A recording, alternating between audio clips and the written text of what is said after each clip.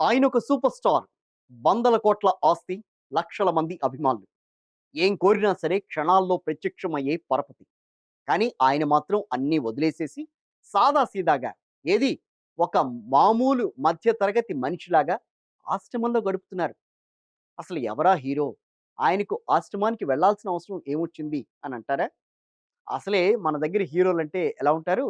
దేవుడి తర్వాత దేవుడంతటి వాళ్ళ ఫీల్ అవుతూ ఉంటారు కదా! అలాంటిది అంత స్టార్డమ్‌ని వదిలేసేసి అసలెందుకు ఆశ్రమానికి వెళ్ళాడు అనే డౌటొస్తోంది గదా! అయితే చెప్తా వినండి. దక్షిణాది సూపర్ స్టార్ 'రజనీకాంత్' ఉన్నారు గదా! ఆయన రూటే సెపరేట్. నటుడిగా బిజీగా ఉంటూనే ఏటా హిమాలయాలకు వెళ్ళొస్తూ ఉంటారు.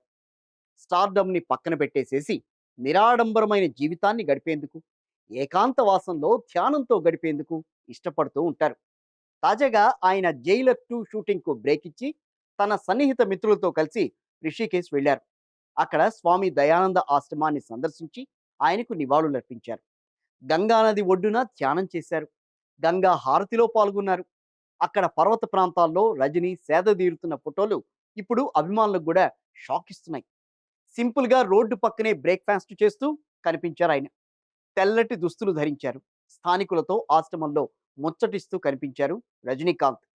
ఎంత ఎదిగినా ఒదిగిపోవాలనే సిద్ధాంతాన్ని పాటిస్తూ నిరాడంబరంగా గడపడం అంటే అంత ఈజీ కాదేమో.